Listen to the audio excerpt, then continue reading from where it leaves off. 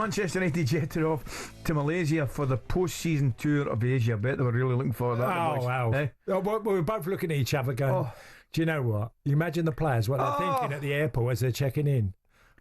Really? Disaster. What's it? They're getting about £4 or £5 million for this tour, aren't they? I think it's something. Ruben Amorim said they're going to meet the fans, and I get that. I understand that. However, I mean, you moan about too many games, moan about travelling here. Yeah. And then you've got pre-season straight after. So. Manchester United looks set to cherry-pick two of the Premier League's most sought-after forwards. talkSPORT understands Man United have held talks with £50 million rated Brentford forward Brian Mbeumo. Excuse me.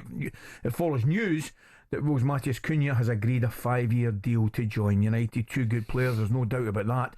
Here is what Ruben Amorim he had to say out in Malaysia. Without Champions League, we don't need a big squad. We can control the squad in a better way.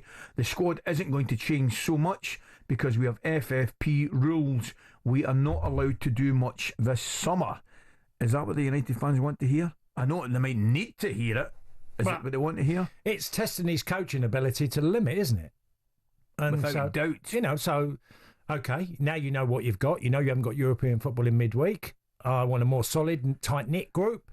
And I think United fans just want to see progress, of where their football club is. If they see that developing during the course of the season. Here's a question for you.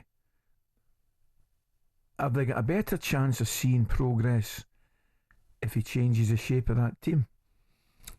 Yeah, I think probably another show, isn't it? Yeah, I think there's a lot to be said. He's been stubborn, and obviously he wants to play this way. I get that, and we all understand that. But how far do you continue? Sometimes, where does it say in the coaching manual? And you've done the coaching, the A badge, B, the pro badge, and you're taught along the way that adapting and different scenarios, and you have to put on training sessions with different formations. So all of that you're learning. If you don't adapt to something that another team does and it's hurting you, then that's bad management. I think it's all about... Is that fair? Yeah, of course it's fair.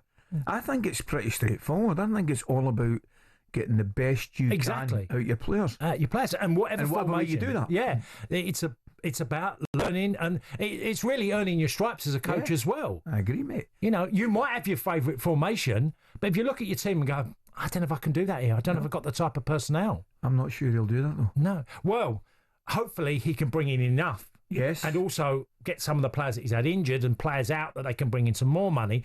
But, remember that, clubs that have been successful have bought players for very little money, like Andrew Robertson, come from Hull to Liverpool. Can United do one or two of them deals that are actually quite cheap, that come in and be very successful, like Dennis Irwin was for them? Oh, what a player. What a player he was for very little Tremendous money. Steve Bruce, I think he come in for 800 grand when they bought. The one I love, Seamus Coleman. Seamus Coleman, great example. 50 grand or something, 60 grand. talkSPORT Breakfast, waking you up Monday to Friday morning from 6 a.m. on AM, on DAB, via the talkSPORT app and on your smart speaker. talkSPORT.